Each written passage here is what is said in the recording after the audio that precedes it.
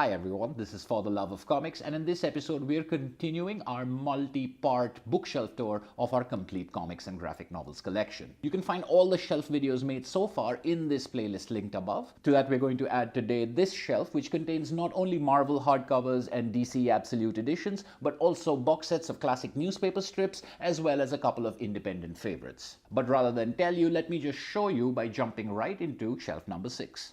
We start at the top shelf with two books by Richard Sala, The Chuckling What's It and Mad Night. Both of these books are published by Fantagraphics, and both are collections of stories that originally appeared in Sala's Fantagraphics comic book series Evil Eye. I've now showed books by Richard Sala on shelf 1 as well as shelf 3, and these two over here aren't the last in my collection. One of my favorite writer-artists with a completely unique style. These are black and white stories, but they're as charming and as much fun as his color works. Speaking of charming and fun, next we have volumes 1, 2, 3, 4, as well as volume 0 and volume -1 of Order of the Stick by Rich Burlew. This is a deceptively simple stick figure comic book set in the world of RPGs and Dungeons and Dragons parody. It's very funny. It's some of the wittiest gags, along with some fantastic plotting, storytelling over many volumes, over many months, and fantastic character work. This is really one of the most underrated comics out there. It's a webcomic, but I'm not very good at reading online, so I've gotten myself all the print books. I think there's a volume 5 out there that I need to get. There might be a volume 6 as well. They're hard to find because they're self-published and distributed by Rich Burlew, and hard to find outside the United States. The humor and the storytelling in these comics is so good. I've overcome my aversion of digital reading and read them online when I haven't been able to get my hands on the physical books. That's how good they are. Then there are two books by Gareth Hinds, his adaptation of Beowulf and the Odyssey. I like the Beowulf tale, and I'm always interested in takes on it. And this is a more classic adaptation than the David Rubin Santiago Garcia one that we saw on bookshelf 4, but it is equally violent, equally kinetic, and does a great job adapting the story. The Odyssey is not as kinetic as Beowulf is, but has that same classical feel and is a great read. Then we have Eartha, which is mainly stored on this shelf because it's one of the deepest shelves and can take a book this size. Published by Fantagraphics and written by Kathy Malkasian, Eartha is a warm and sad fable set in a slightly magical world. Another book of similar dimensions is the Flash Gordon volume, The Tyrant of Mongo by Alex Raymond. I think this is the first volume of the Alex Raymond Flash Gordon stories. I picked this up on the recommendation of a friend and I was not disappointed. This is beautiful art. Some of it is very familiar, it seems to me, from my childhood or people imitating this. The artwork and the colors are just gorgeous. The storytelling feels a little less fresh, which is the only reason why I haven't gotten subsequent volumes. I don't want it to be like an art book or a coffee table book that I just pick up and flip through. I do want to read the stories, and I'm trying to figure out if I'm going to be reading or rereading these stories enough to invest in more of these books. And then there are the 5 definitive hardcover collection volumes of Powers by Brian Michael Bendis and Michael Avon Eaming. Or is it Oming?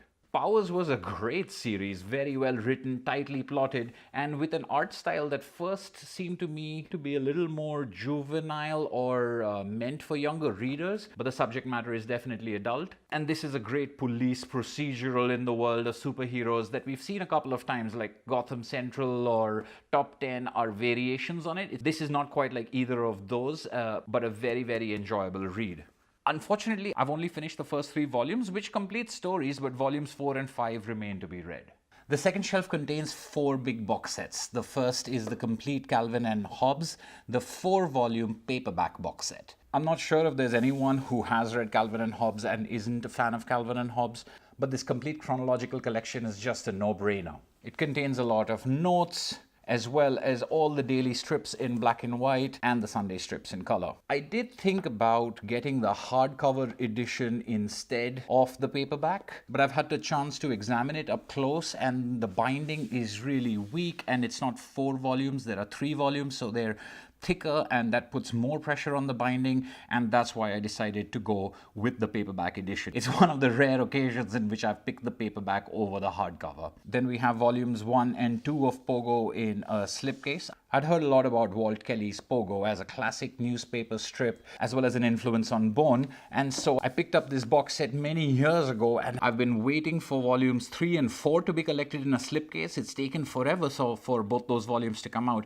but I think this year or in the last couple of months the new slipcase has become available, so that needs to be gotten at some point of time. Then we have Nausicaa of the Valley of the Wind by Hayao Miyazaki. I think this is Miyazaki's only comic or only completed comic, and it's superb. It's a fantastic science fiction tale.